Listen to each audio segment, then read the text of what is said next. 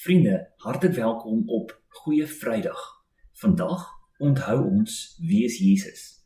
Vandag onthou ons hoe Jesus gelei het, gebloei het, gesterf het aan die kruis, ter wille van ons sonde, wanneer ons saam met mekaar weer die nagmaal gaan vier. Ons skriflesing kom vanoggend uit Johannes hoofstuk 10 en Psalm 23. Vanoggend kom teken Johannes vir ons 'n spesifieke prentjie oor wie is Jesus. Jy kan sien, dit is die prentjie van 'n lam. Johannes sê in Johannes 1 vers 29, reg aan die begin van sy evangelie, sê hy, wanneer Jesus op die aarde is, vertel hy vir ons die volgende. Johannes sien vir Jesus naam toe kom. Hy sê toe, daar is die lam van God, wat die sonde van die wêreld wegneem.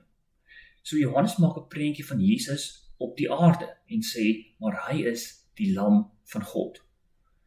Maar Johannes in sy openbaring, in Openbaring 5 vers 12, gee vir ons nog 'n prentjie van Jesus as die lam.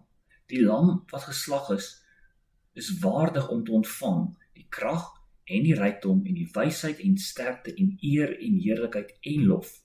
Maar Johannes sê, hierdie prentjie sien ons wanneer hy die gordyn vir ons ooptrek en ons in die hemel inkyk. Daar sien ons, in die hemel word Jesus ook genoem die lam van God. So Johannes sê, as ons wil verstaan wie Jesus is, dan moet ons hierdie prentjie voor oë hou. Of ons praat van Jesus op die aarde, of ons praat van Jesus in die hemel. Hy is die lam van God. Maar Johannes kom teken dan vir ons 'n tweede prentjie oor wie Jesus is.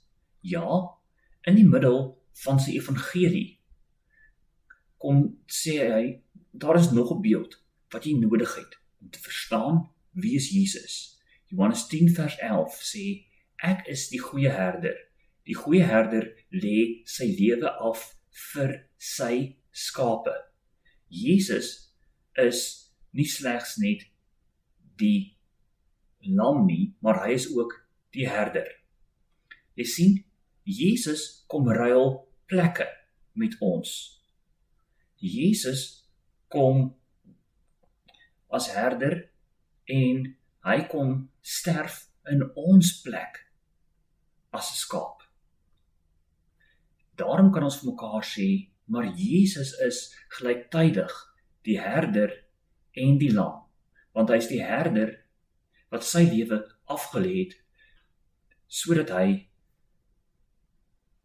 soos 'n lam kon sterf. Die herder neem die posisie in van die skaap, sodat hy as lam van God die sonde van die wêreld kan wegneem, in die taal van Johannes evangelie, of wanneer hy as lam geslag word om vir daardie sonde te betaal, in die taal van Johannes se openbaring. So Jesus lê nie slegs net dan sy lewe af nie, maar hy neem dit weer op. Johannes 10 vers 18, niemand neem dit van my af nie, maar ek lê dit uit my eie af, want ek het die volmag om dit af te lê en die volmag om dit weer op te neem. Jy sien, Jesus is gelyktydig die herder en die lam. Hy is die herder wat sy lewe af lê vir sy skape. Maar wanneer hy dit doen, dan word hy ook dan die een wat soos 'n lam geslag word, ter wille van die sonde van die mense. Met dit in ag genome, kom ons lees Psalm 23 vanoggend uit die ou vertaling. Die Here is my herder, niks sal my ontbreek nie. Hy laat my neerlê in groen weivelde, waar waters waar rus is, lei hy my heen. Hy verkoop my siel, hy lei my in die spore van geregtigheid om sy naam ontwil. Al gaan ek ook in 'n dal van doodskaduwee, sal ek geen onheil vrees nie, want U is met my. U stok en U staf vertroos my. U berei die tafel voor die aangesig van my teenstanders. U maak my hoof vet met olie, my beker loop oor. Net goedheid en guns sal my volg al die dae van my lewe, en ek sal in die huis van die Here bly tot in lengte van dae. Jy sien, Psalm 23 help ons om die beeld wat Jesus ons gee, ons eie te maak. Wanneer ons hoor, die Here is my herder, dan kan ek sê, maar Jesus is my herder. Psalm 23 sê, dit is u stok en u staf wat my gerus stel. Jy sien, dikwels wil ons graag aan die stok en die staf vashou, want ek wil graag in beheer van my eie lewe wees. Maar as ek wil sê, die Here is my herder, dan moet ek my stok oorgee, sodat dit my herder se stok kan word. En wanneer ek my stok oorgee, dan ruil ek as ware plekke. Dan is ek nie meer in die posisie van die herder nie, maar ek neem die posisie in van die skaap, om te kan bely, maar die Here is my herder, en ek is sy skaap. Wanneer ek plekke geruil het, is my stok dan in die hand van my herder, en dan kan ek sê, maar wetende dat my herder hou hierdie stok vas, kan ek sê, maar nou kom ek niks kort nie, wanneer ek weet, die Here is my herder.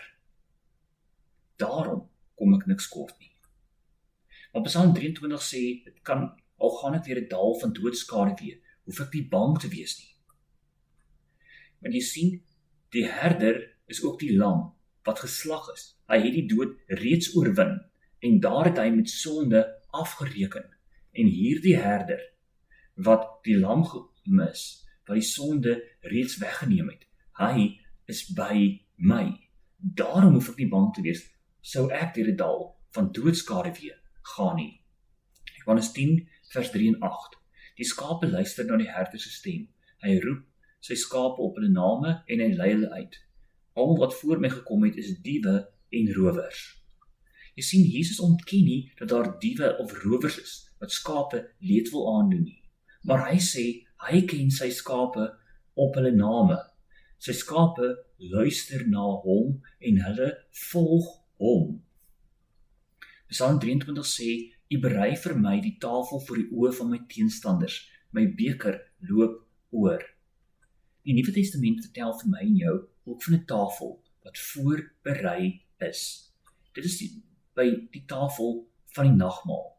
By hierdie tafel is dit Jesus wat die gasheer is.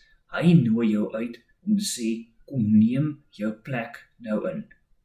Wanneer jy die spyskaart ontvang, dan sien jy hierdie maaltyd behels brood en wyn.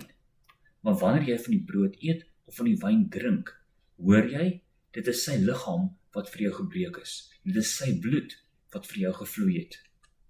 Wanneer jy navraag doen oor die rekening van hierdie maaltyd, dan hoor jy dat dit is reeds betaal as jy dit glo.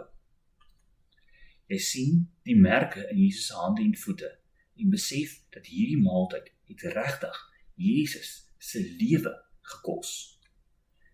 Maar as jy verstaan hoe groot die genade is wat daar vir jou is, kan Jesus jou gebruik om vir ander mense stoele te kom uittrek by hierdie tafel, sodat hulle ook hulle plekke kan inneem. Jy sien, Jesus is die herder en die lam. Ons vier nagmaal omdat ons herder plekke geruil het en in ons plek 'n skaap geword het, wat as lam geslag is om vir te betaal vir die sonde van die wêreld. Maar ons vier ook nagmaal omdat ons met ons herder wil plek ruil, sodat hy ons herder kan wees en ons sy skape kan wees. As jy vanoggend hier is om te sê, maar Jesus is die herder en die lam van jou lewe, die herder wat vir jou sorg, die lam wat vir jou sonde betaal het, dan nooi ek jou om hierdie nagmaal saam met ons te vier. Amen.